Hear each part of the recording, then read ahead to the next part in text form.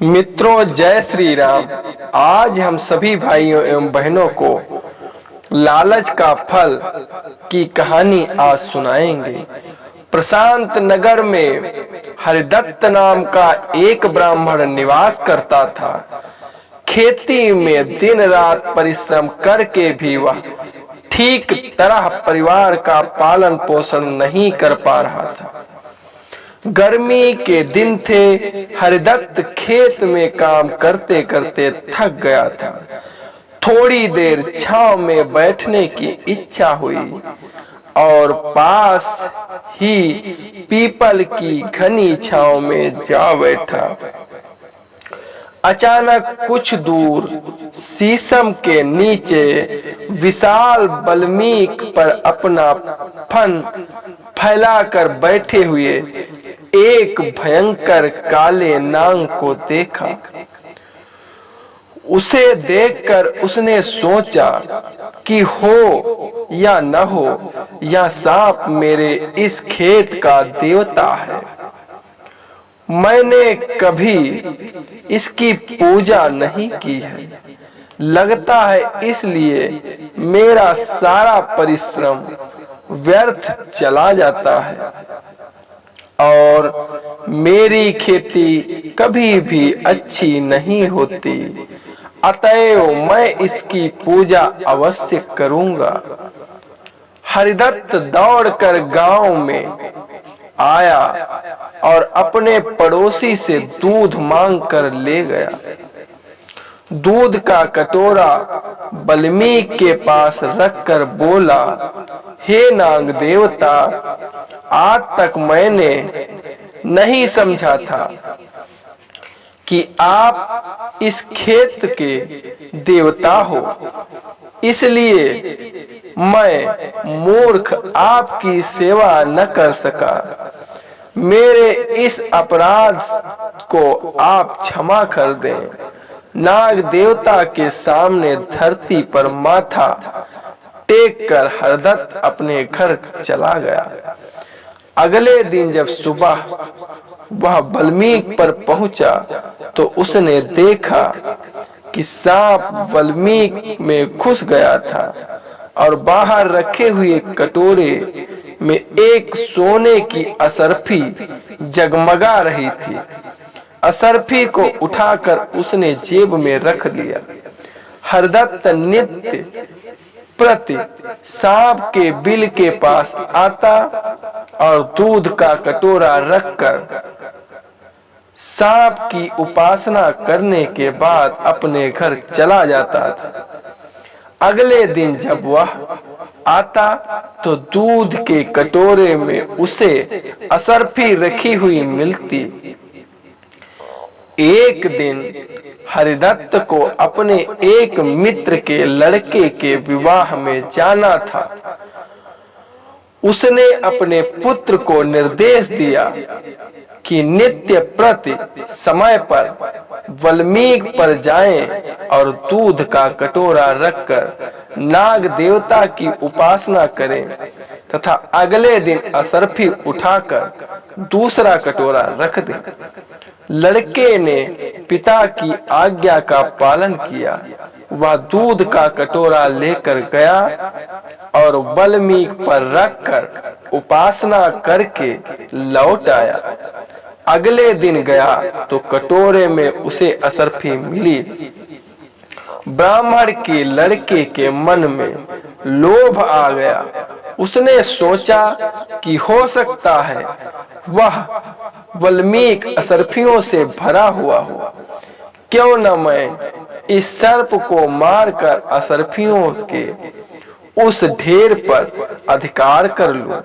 यह सोचकर उसने दूध पीते सर्प पर लाठी से आघात कर दिया। संयोग से लाठी सर्प के फन पर नहीं लगी। क्रुद्ध सर्प ने लड़के को डस लिया। लड़का तत्काल मर गया। लड़के के मृत शरीर को उसके परिवार के लोगों ने पास ही एक नदी में प्रवाहित कर दिया। दूसरे दिन लौटने पर हरिदत्त ने सब समाचार सुना।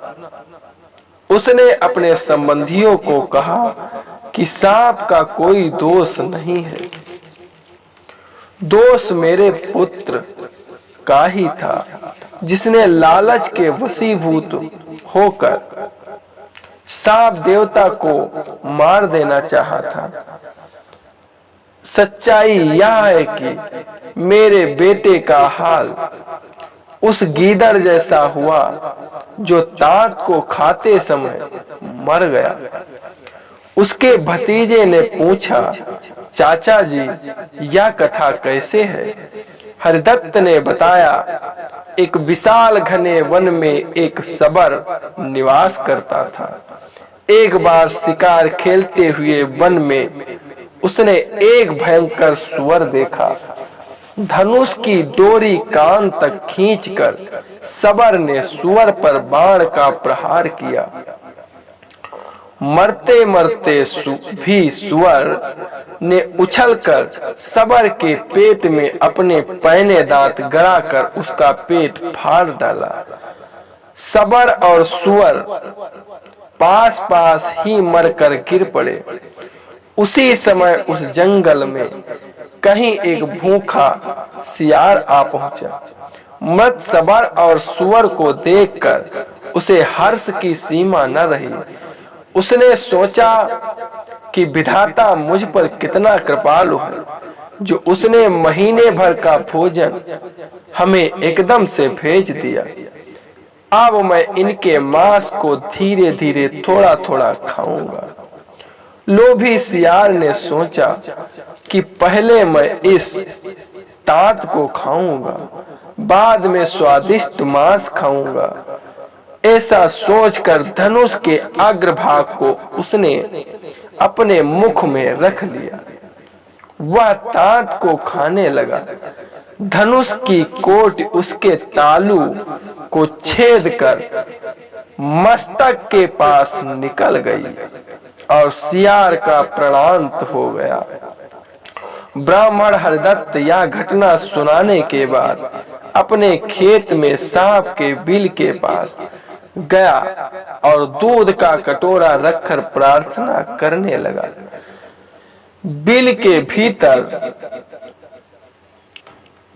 बैठे सर्प ने कहा, हे ब्राह्मण देवता, अब हमारी तुम्हारी मित्रता नहीं निभ सकती, क्योंकि न तो मैं उस चोट को भूल पाऊंगा जो तुम्हारे बेटे ने मेरे शरीर पर की है, और न ही तुम अपने पुत्र की मृत्यु का शोक भूल सकोगे। अतएव अपने घर यथाउचित आप चले जाओ। सर्प ने एक बहुमूल्य स्वर्णहार बिल के बाहर फेंकते हुए फिर कहा, हरिदत्त, हार को ले जाओ और फिर कभी यहाँ मत आना। ब्राह्मण अपने बेटे के लालच पर पश्चाताप करता हुआ लौट पड़ा। जैसी करनी वैसी भरनी।